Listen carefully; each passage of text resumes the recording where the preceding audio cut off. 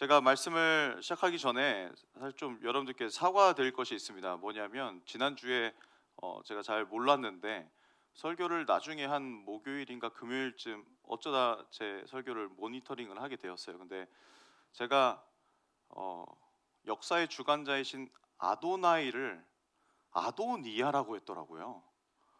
그래서 제가 듣다가 너무 깜짝 놀래갖고, 왜냐하면 아도나이와 아도니아는 정말 다른 인물이거든요. 아도니아는 다윗 왕이 늙었을 때 반역했던 인물이었기 때문에 제가 그래서 듣다 깜짝 놀래갖고 저도 모르게 왜 이래 미쳤나 봐 막 이러면서 이건 정정을 반드시 해야겠다. 제가 예전에도 설교하다가 삼겹줄은 쉽게 끊이지 않는다라는 것을 모르고 아무 생각 없이 삼겹살은 쉽게 끊이지 않는다고 했다가 그것도 그냥 모르고 지나갔던 적이 있었는데 배고팠었나 봐요. 그래서 좀 정정을 합니다. 그래서 여러분, 그래서 원고를 봐야 돼요. 이렇게 그냥 앞을 보고서 얘기하면 안 됩니다. 원고를 보고 오늘 충실히 잘 말씀을 전하도록 하겠습니다.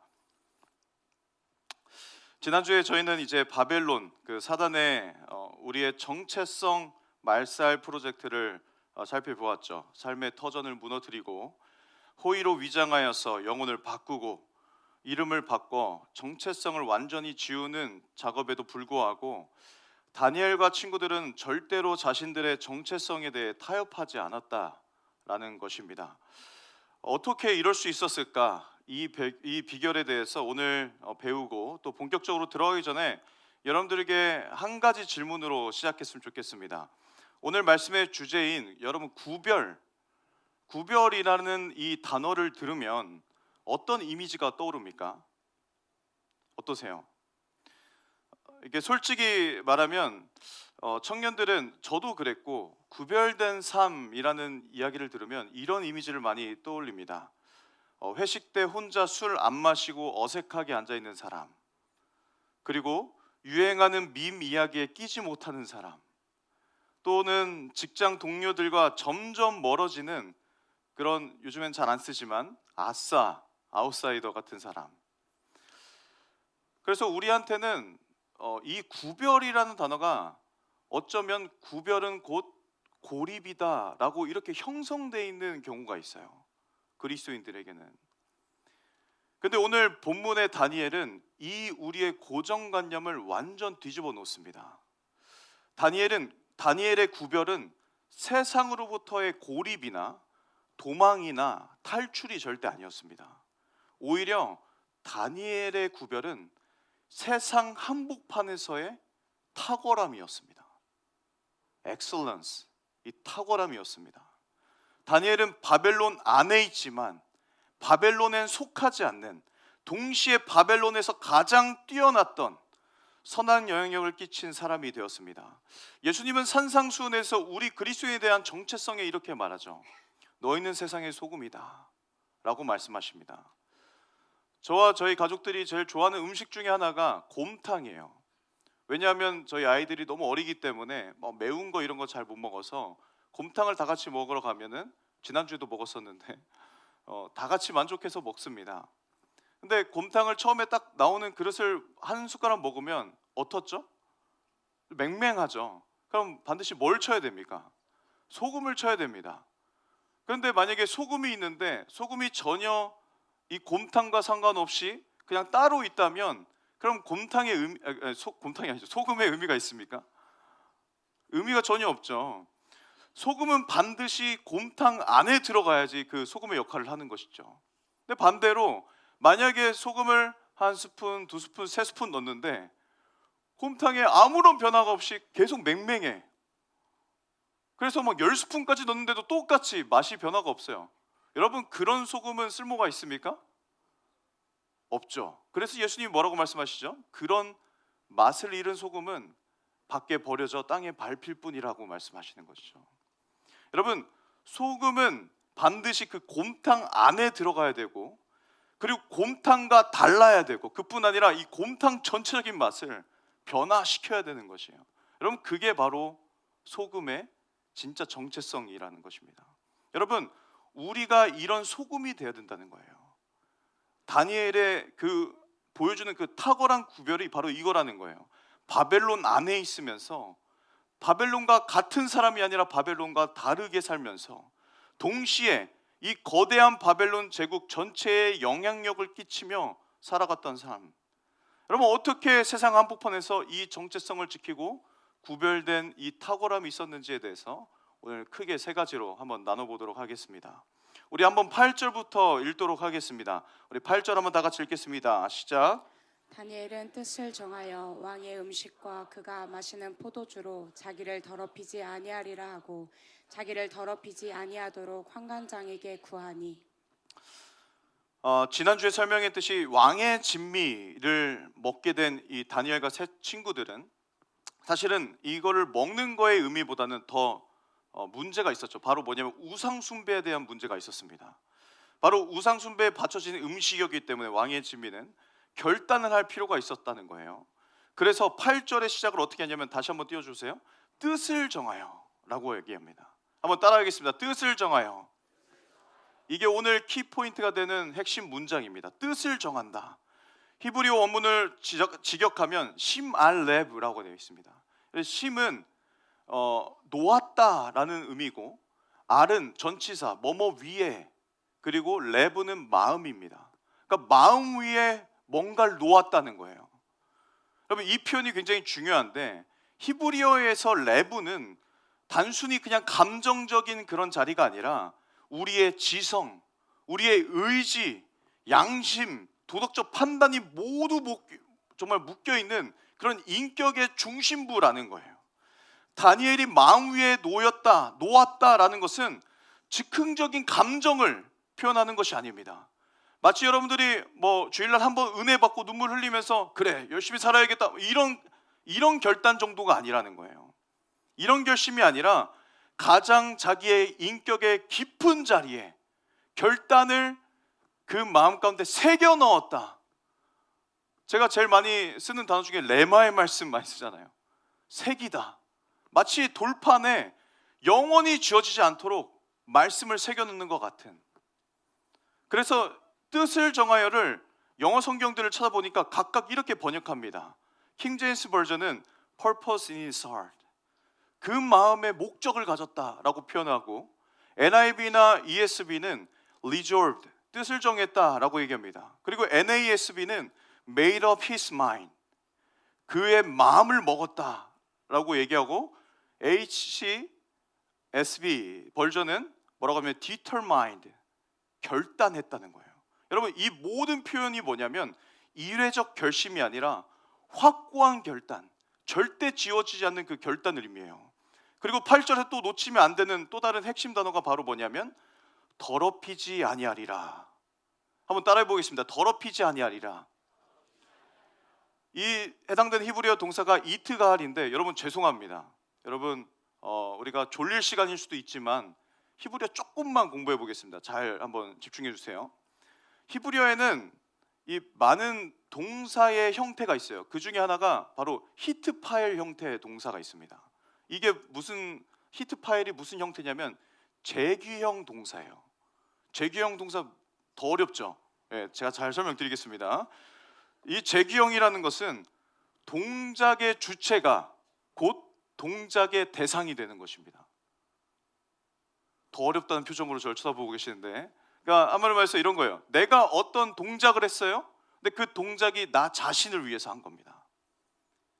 약간 능동태와 비슷한 그런 재규형, 능동태랑은 좀 달라요. 그런데 이 다니엘서의 이 더럽히지 아니하리라라는 이 히트 파일, 이 재규형 동사의 이 뜻이 뭐냐면, 잘 들어보세요. 다른 누군가가 나를 강제로 더럽히게 하는 것이 아니라 내가 내 자신을 더럽혀지지 않겠다라는 것을 허용하지 않겠다라는 결단이라는 거예요. 여러분 이해했습니까? 그러니까 이게 왜 중요하냐면, 우리가 지난 시간에 나눴지만 바벨론은 다니엘의 이름을 강제로 바꿨죠. 그리고 다니엘에게 이 바벨론의 점성술, 천문학, 고고학 이런 것들을 강제로 교육을 시켰어요. 그죠?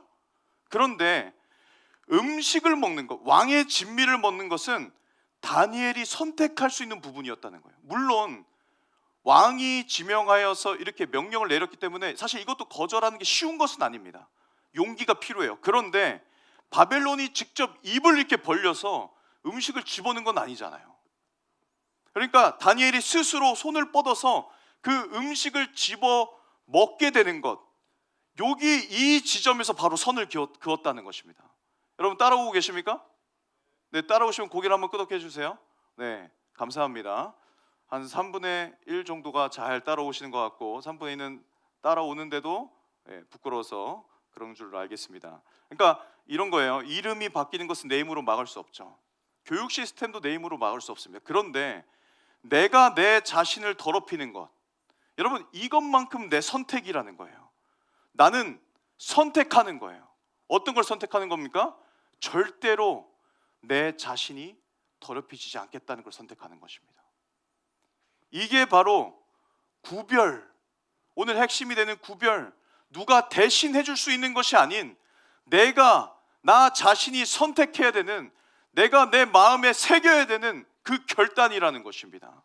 이 히트 파일의 형태의 동사가 바로 그거를 정확히 말해주고 있는 거예요. 여러분 여기서 또 주목해야 될 중요한 핵심이 바로 시점이에요. 시점.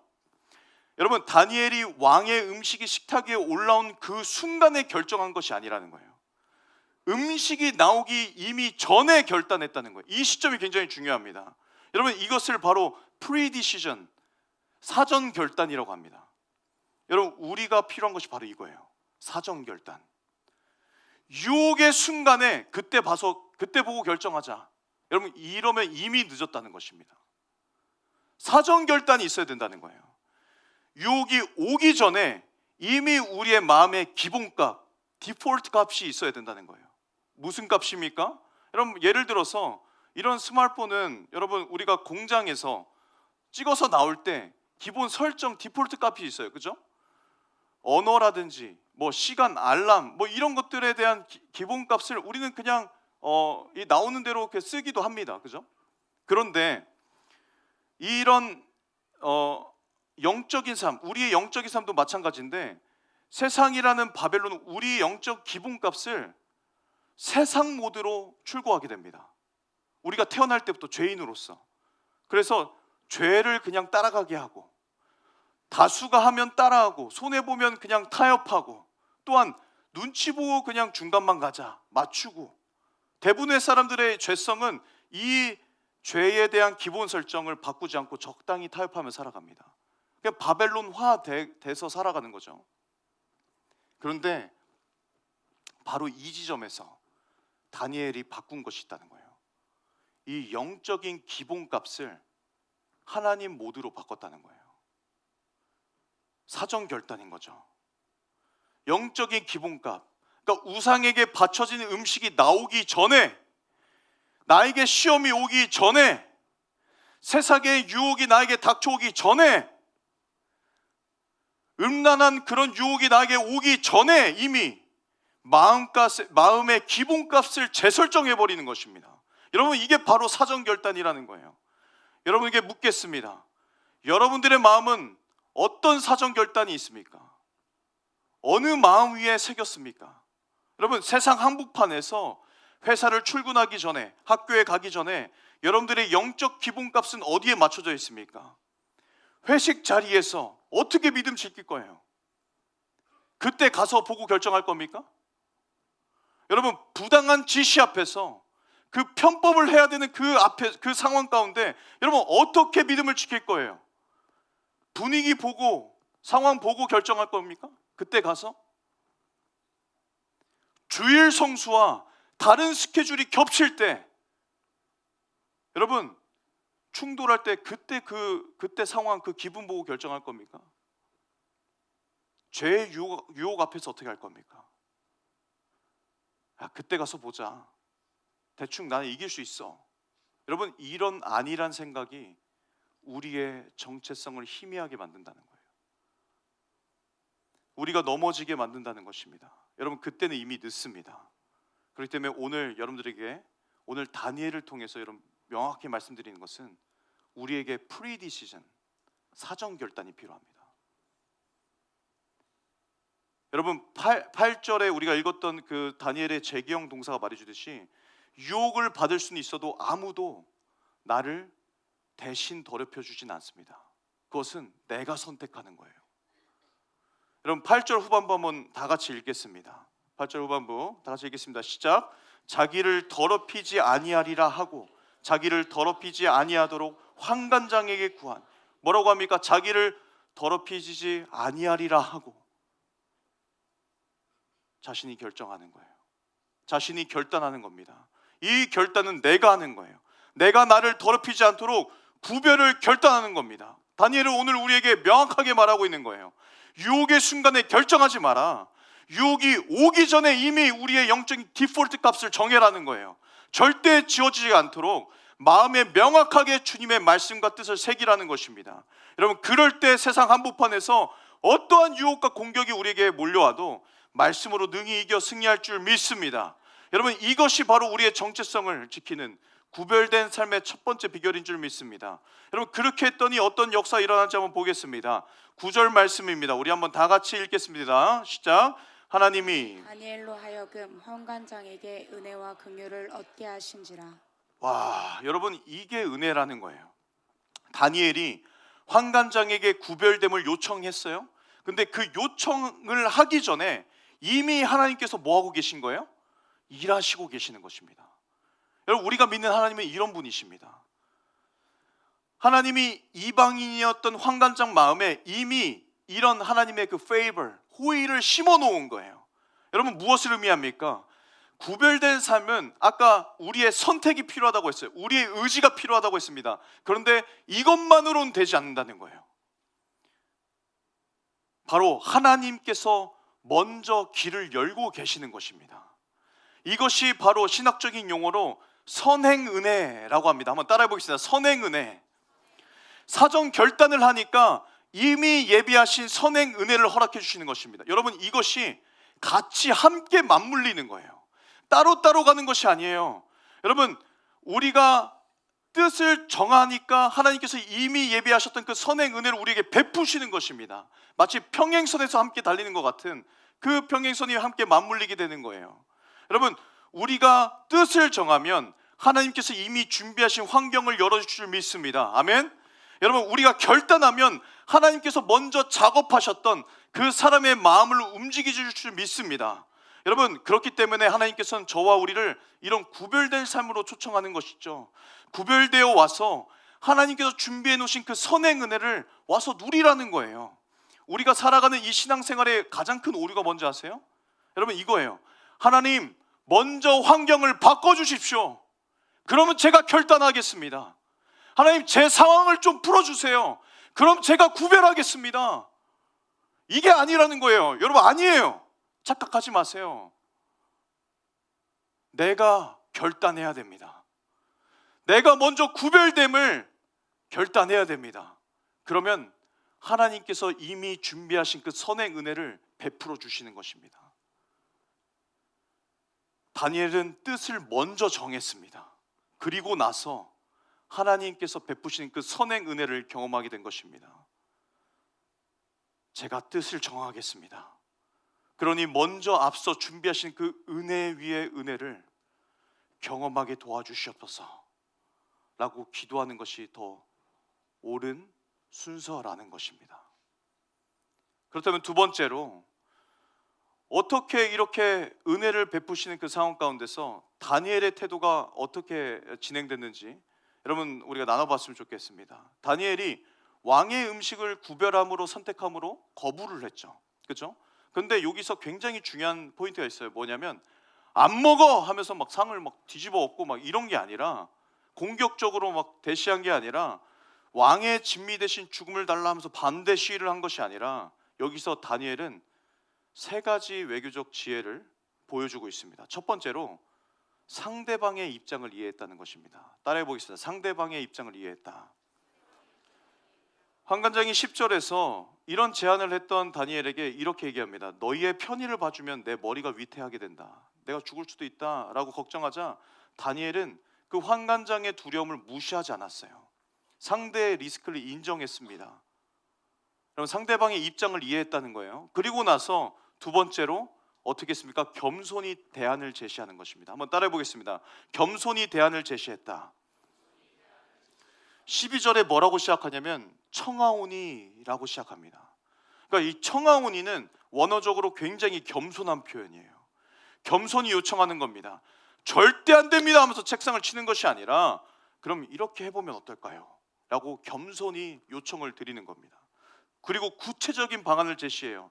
채식과 물만 먹겠다는 실천 가능한 구체적인 대안을 내놓는 것입니다. 그렇기 때문에 세 번째는 한번 따라하겠습니다. 검증 가능한 방법을 제안했다. 13절 말씀에 열흘 동안 시험하여 보소서. 그리고 나서 결과를 보고 보이는 대로 처분하소서라고 이야기합니다. 그러니까 자기 주장을 상대방에게 일방적으로 관철시키는 것이 아니라 결과를 증명하겠다는 거예요.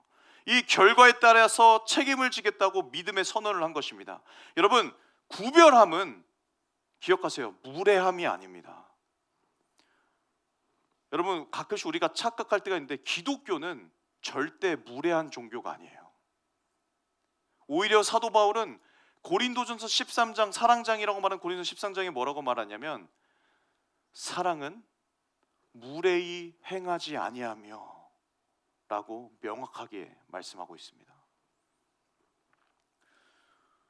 얼마나 사람들이, 기독교인들이, 그리스도인들이 무례하게 행했으면 심지어는 이런 책이 나왔어요. 무례한 기독교. 리차드 마우가 썼던 이 무례한 기독교의 책의 이 내용을 보면 이런 말이 있습니다. 현대 기독교가 진리를 지킨다는 명분 아래 과격함, 승리주의, 공격적 언어를 쉽게 띈다고 지적하면서 그리스도인들의 이런 태도가 복음의 힘을 증언하기보다 오히려 기독교의 복음 전파를 막는 공적 신뢰를 훼손한다고 지적하고 있습니다. 여러분, 이건 매우 중요한 통찰이에요. 그리스도인들이 많이 이렇게 착각한 게 뭐냐면 이 구별과 꼰대를 같이 생각합니다. 요즘에 젊꼰이라고 하잖아요. 젊은 꼰대들. 우리 청년들 중에 젊꼰이 있습니까? 나는 신앙적인 신념이 있으니까, 나는 소신이 있으니까 라고 하면서 그런 명분으로 사실은 굉장히 무례하고 배려 없고 독선적인 태도를 취하는 경우가 있다는 거예요. 여러분, 다니엘은 전혀 그러지 않았습니다. 다니엘의 구별함의 특징은 뭐냐면 바로, 여러분 기억하세요, 공손함 속의 단호함이었습니다. 다시 한번 말씀드립니다. 공손함 속의 단호함이었습니다. 원칙은 양보하지 않되 방법은 지혜롭게, 신념은 확고하되 태도는 겸손하게 했고, 공손히 요청하되 강요하지 않고, 지혜롭게 거부하되 관계를 끊지 않고 지혜로운 거룩함을 유지했다는 것입니다. 여러분, 이것이 바로 그리스도인들의 탁월함, 즉 실력도 여기서 나오는 것입니다. 예전에 어떤 청년이 했던 간증이 기억나서 제가 가지고 와봤습니다. 어떤 청년이 회사에 입사했는데 부서 회식 날 크리스찬이라고 술을 안 마신다고 이제 하니까 상사가 이렇게 말했다고 합니다. 야, 이 업계에서 살아남으려면 이 정도 접대는 기본적으로 해야 돼. 야, 너 거래처 상대하는데 나는 크리스찬이라고 안 됩니다 하면서 술 안 먹으면 너 계약 다 날라가. 적당히 맞춰 라고 하면서 뒤에 말했던 게 더 충격적이랍니다. 나도 사실은 교회 다녀.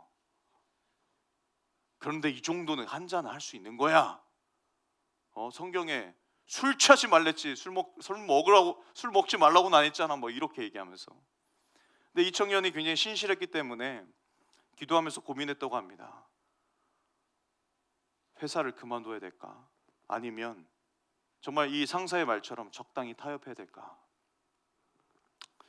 그런데 기도하는 중에 하나님께서 그 청년에게 다니엘처럼 지혜를 주셨다고 그래요. 여러분, 이게 굉장히 중요해요. 기도했다는 그 모습, 이런 걸로 굉장히 고민을 하는 거죠.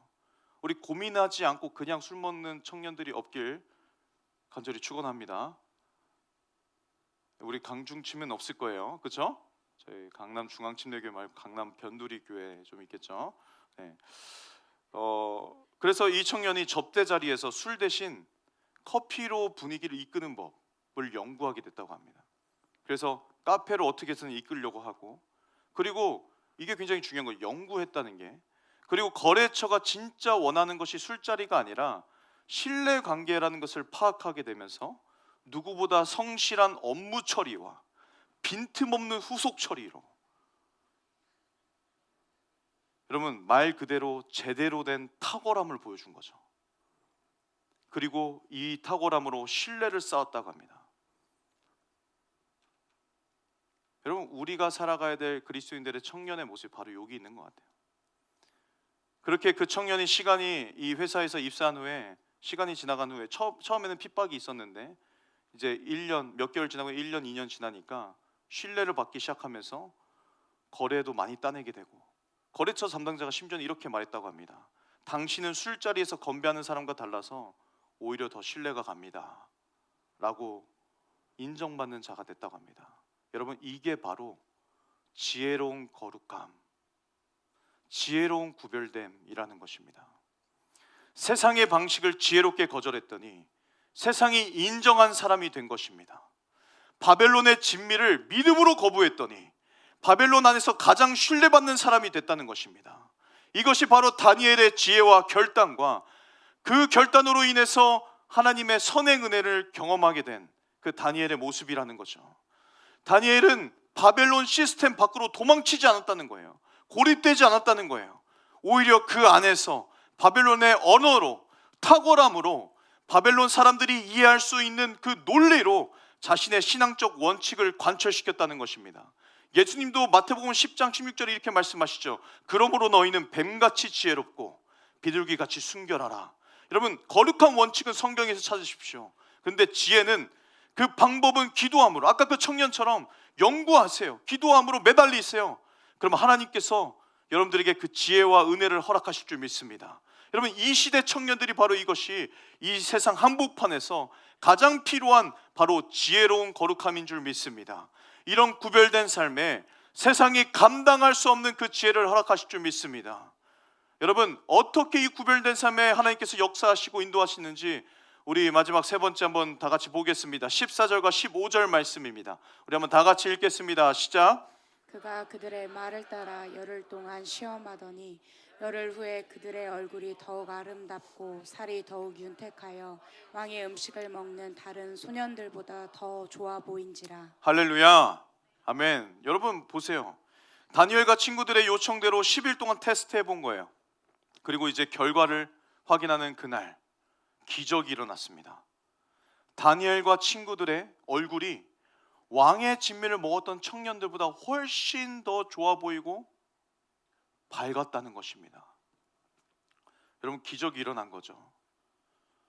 우리 많은 채식주의자들이 사실은 이 구절을 택해서 거 봐라, 채식이 몸에 더 좋은 거다라고 이야기하지만 이건 여러분 죄송하지만 본문을 오해한 겁니다. 채식 애찬론가들이 그렇게 얘기하는데 사실 본문이 말하는 것은 단지 채식이 몸에 좋았기 때문에 이런 일이 벌어졌다라는 것이 아니라 하나님이 그들을 돌보셨기 때문에 라고 말하고 있는 것입니다. 실제로 너무 재미있는 연구를 본 게 영양학적으로 이것을 이제 분석한 사람이 있어요. 뭐라고 하냐면 사실 물과 채소만 먹고도 왕의 그 진미, 제가 지난번에 말씀드렸다시피 막 정말 3스타 미슐랭 가이드에 나오는 그런 왕의 진미, 엄청난 영양소가 다 있을 거 아니에요. 그죠? 파인다이닝 막 그런 걸 먹는데, 그런데 그런 걸 먹은 사람보다 더 건강해진 것은 사실 이거는 말이 안 된다는 거예요.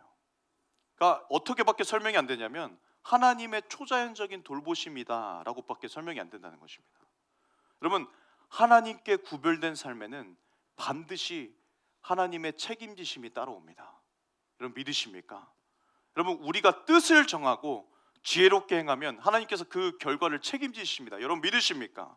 여러분 그뿐만 아니라 하나님께서 플러스 알파로 어떤 것을 허락하시지 한번 봅시다. 17절 말씀 다 같이 읽겠습니다. 시작. 하나님이 이 내 소년에게 학문을 주시고 모든 서적을 깨닫게 하시고 지혜를 주셨으니 다니엘은 이 모든 환상과 꿈을 깨달아 알더라. 여러분 여기서 주셨다라는 동사가 17절에 계속해서 반복대로 사용되고 있습니다. 학문을 주셨고 깨달음을 주셨고 지혜를 주셨습니다. 이 주셨다라는 이 나탄이라는 동사가 여러분 내가 취득한 겁니까?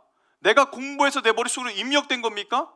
아니죠. 말 그대로 받은 겁니다. 획득한 거예요. 누구로부터? 모든 지식과 지혜의 원천이 되시는 하나님으로부터 받게 된 줄 믿습니다. 여러분, 그렇기 때문에 이 다니엘의 구별함의 이 뜻을 정하니까 하나님께서 모든 것을 주는 것을 경험하게 되는데, 여러분, 이것은 단순히 다니엘이 열심히 공부해서 뛰어나게 된 것만이 아닙니다. 물론 다니엘은 열심히 공부했을 거예요. 그거는 기본값입니다. 그러나 모두 다 열심히 한다고 해서 그 결과가 다니엘처럼 되는 것이 아니에요. 다니엘의 탁월함은 자신의 능력의 산물이 아니라 하나님으로부터 오는 선물인 줄 믿습니다. 저는 이런 워드플레이 너무 좋아해요. 자신의 능력의 산물이 아니라 하나님께로부터 오는 선물이다.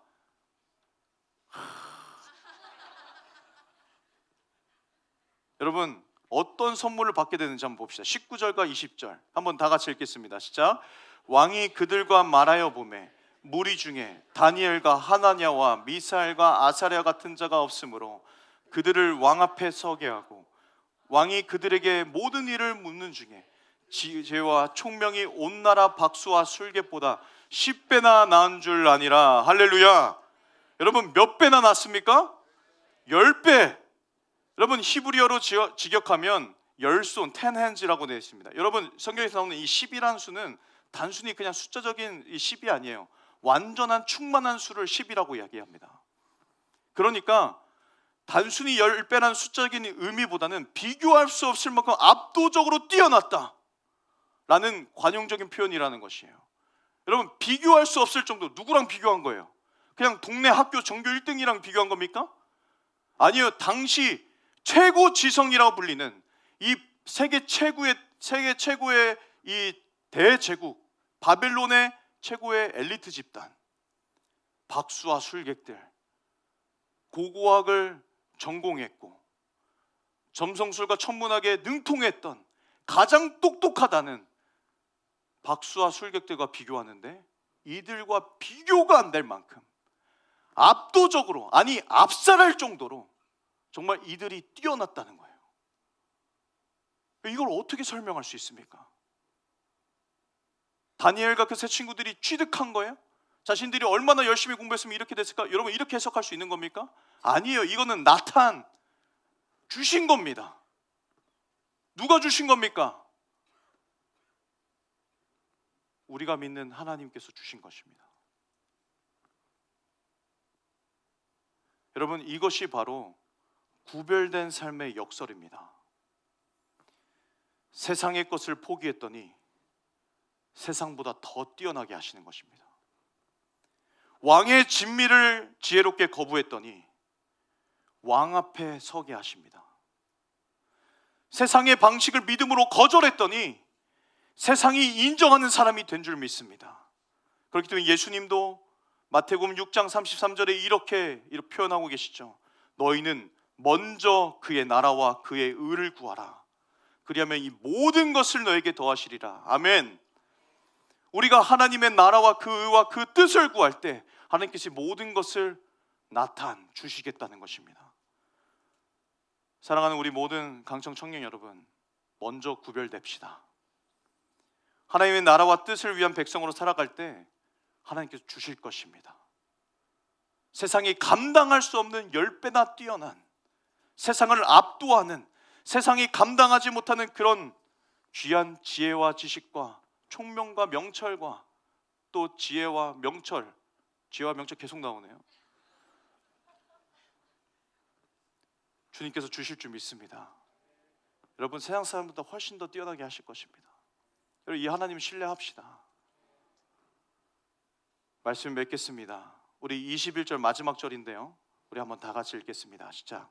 다니엘은 고레스 왕 원년까지 있으니. 여러분, 이 말씀이 너무 은혜로워요. 그냥 우리 단순히 그냥 지나갈 수 있는 문장이지만, 고레스 왕이 어떤 왕입니까? 여러분, 세계사 용어로 보면 키루스라고도 하고 사이루스라고 합니다. 같은 인물이에요. 고레스, 사이루스, 키루스. 세계사 좋아하시는 분들은 아실 거예요, 누군지. 페르시아 제국의 왕이었죠. 여러분, 지금 다니엘이 우리가 읽고 있는 이 성경 말씀은 다니엘서 1장이에요. 여기의 제국은 어떤 제국입니까? 바벨론이죠. 그런데 지금 고레스 왕까지 있었다. 제국이 바뀌었어요. 페르시아 제국으로. 여러분, 다니엘이 생전 섬겼던 왕이 몇 명인 줄 아십니까? 무려 4명입니다. 고레스 왕까지. 여러분, 이거는 세계 불가사의보다 더 큰 불가사의. 이건 기적입니다. 기적. 요즘 세상도 대통령 한 명 바뀌면 정권이 다 바뀌어버려요. 수뇌부가 바뀝니다. 위정자들이 바뀌어요. 이 시대는 더했습니다. 왕이 바뀌잖아요. 우리 옛날 조선시대도 그랬지만 다 그 밑에 신하들은 다 숙청해버립니다. 왜냐하면 싹을 잘라버리는 거예요. 반역의 싹을. 근데 어떻게 왕이 4번이나 바뀌고 제국이 바뀌었는데 여전히 다니엘은 왕 앞에 설 수 있는 그 2인자로서의 역할을 했냐는 거예요. 여러분, 이건 기적입니다. 하나님의 도우심 없이는 절대 일어날 수 없는 전무후무한 일인 거예요. 여러분, 어떻게 이런 일이 일어났습니까? 단순합니다. 뜻을 정했다는 거예요. 구별했다는 것입니다. 그러니까 하나님께서 이런 축복을 주신 것입니다. 오늘 마지막 절에 고레스 왕 원년까지.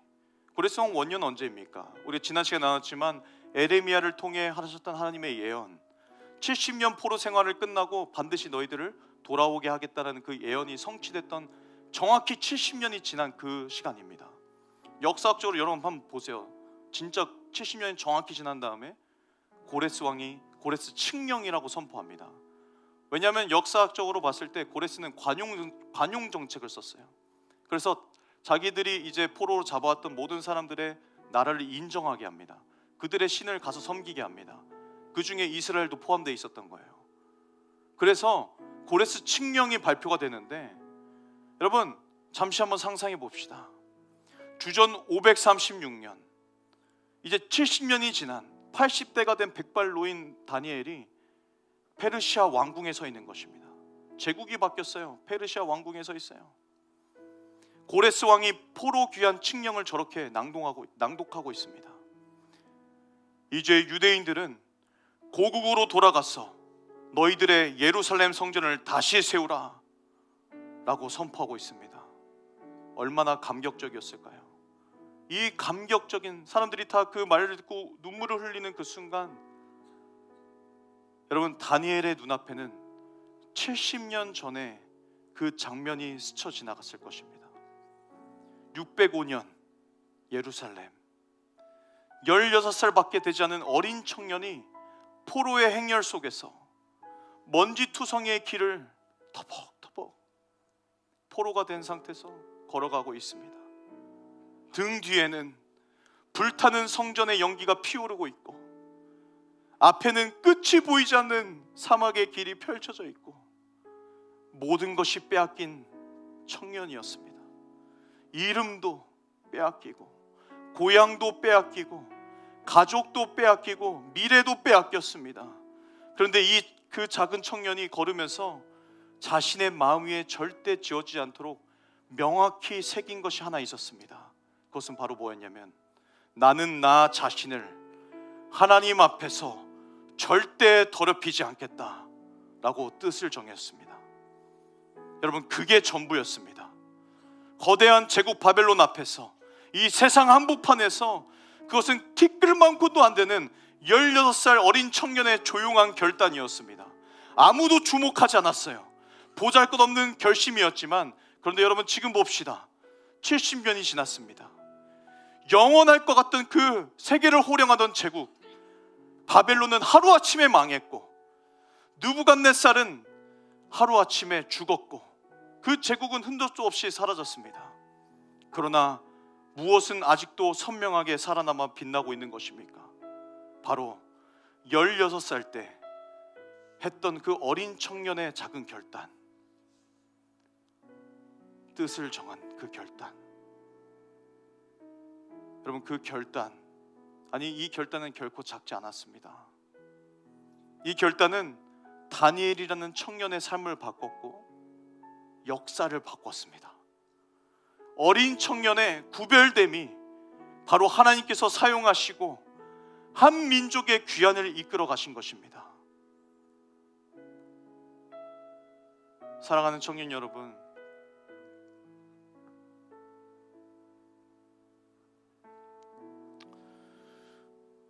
오늘 여러분들의 마음 가운데는 어떤 것이 새겨져 있습니까?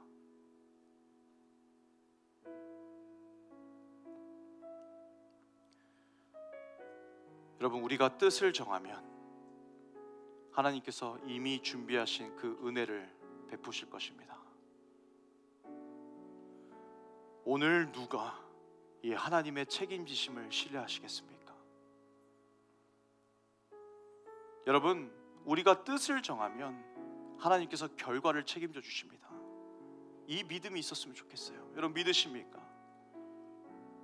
심지어는 그냥 책임져 주실 뿐만 아니라 10배로 세워주신다고 오늘 말씀하시잖아요. 그렇기 때문에 히브리서 11장 38절은 이런 사람은 세상이 감당하지 못한다고 말씀하십니다.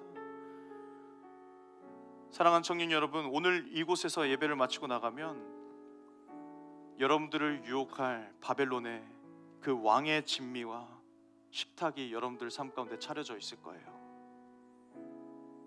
그리고 여러분들이 속삭일 겁니다. 세상 한복판에서 야, 적당히 맞추고 타협해.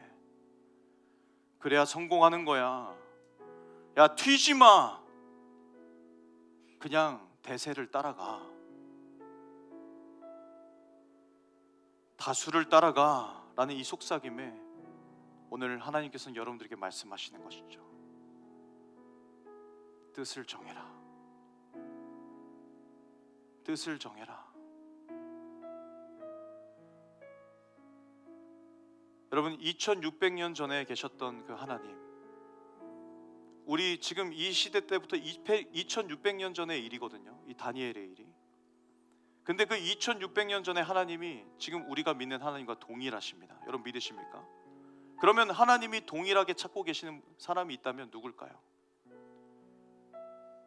제2의 다니엘 아니겠습니까?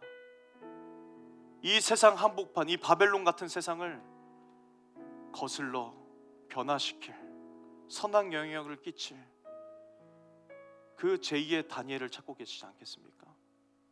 바라기는 저와 우리가 다니엘이 되었으면 좋겠습니다. 저와 우리가 뜻을 정한 다니엘이 되었으면 좋겠습니다. 제가 오늘 이 말씀을 묵상하는데 이 찬양이 떠올랐습니다. 정말 다니엘을 계속 묵상하는데 다니엘이라면 정말 이 찬양을 부르면서 정말 눈물을 흘렸겠다라고 싶더라고요. 주님만이 나를 아시고 내 모든 삶의 주관자 되시고 내가 뜻을 정하며 나아갈 때 주님께서 나의 모든 삶을 다스리신다 라고 고백했을 것 같습니다.